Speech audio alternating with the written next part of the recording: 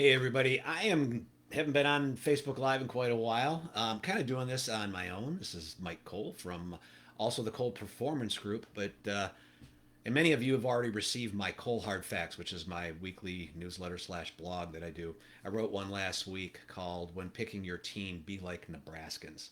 And it's a lot. This is about politics, but I'm not going to be political. So I want you to pay attention because to the next 24 hours you have to make a choice. But I want to make sure it's your choice. That you're not just pulling a lever because it's the right blue or red or whatever, but you're making a choice for the person that's going into office because that's what we're going to do. We're voting for winners and losers tomorrow, right? 435 people will win and 435 people will lose in Congress tomorrow. 33, 34 senators, 33 races. They'll have a winner and a loser.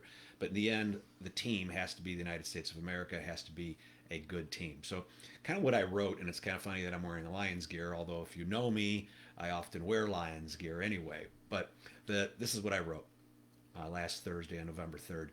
I would have loved to have grown up in Nebraska. Why? Simply because they don't have a professional football team. They're not automatically tied at birth with loyalty that they have to live with.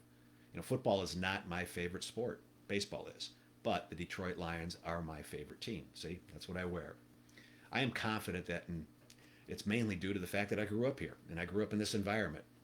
And why couldn't my parents have raised me somewhere else?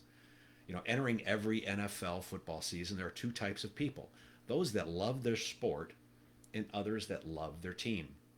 One side may be blinded by loyalty of their team's jersey, fanatics, and the others have a fierce devotion to the traditions of the game itself.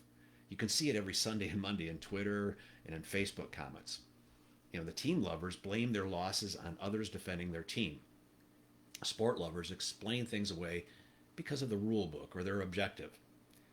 Nebraskans can go into every season and look for a team to follow that year without any prejudice or bias baked into their decision making. They can objectively look at their choices, sometimes in, say, August, and say, hey, maybe I'll follow the Bills this year. They can make their decisions by simply asking us a few questions. How'd they do last year? What have they done for me lately? What's their schedule look like? What does their playbook look like? That's it in a nutshell. You don't have to be a lifelong fan of the Bills.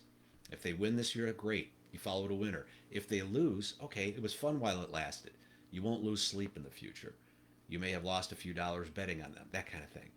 I know that it's football season's almost half over, so you may be asking, what does this have to do with politics? Well, like I said, tomorrow is election day. Tomorrow we're going to have to pick a team color. Unlike Nebraskans, they have 32 teams to choose from.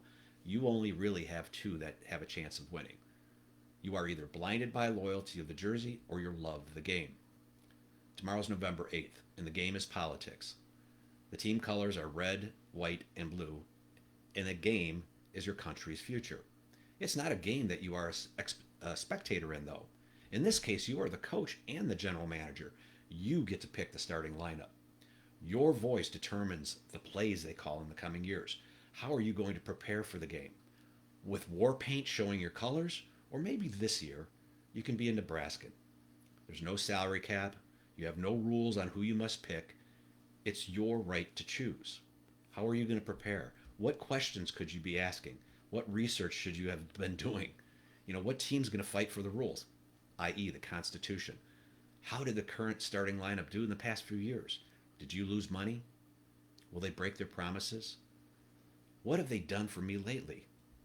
Folks, it's okay to be selfish in this case. This is your country, your life, your future. As Ronald Reagan asked so many years ago, are you better off today than you were 4 years ago? Go into tomorrow's voting booth like a Nebraskan. I don't care what type of household you were brought up into. I don't care if you're a member of the union or whatever. We don't care if you're part of a group that loves one team and hates the other. You have the right to be a fan of whatever color jersey you want. Don't let anyone tell you how to pick your team. Why? Why it's important to you. You should know what's important to you. Do you like the direction that the team or the country is going on that issue? What plans will the other team call that could help or hinder? And regardless of what team wins on Tuesday, be a good sport, shake their hands, and say good game. No matter what happens, we get to play this game a lot in our lifetimes. If both sides start playing fair someday, we could really have a lot of fun in the future. And there won't be any reason or lifelong injuries that we need to deal with. As you pull that lever, fill in a dot, punch the ticket, remember to make your decision like a Nebraskan. Do it for the love of the game. Thanks.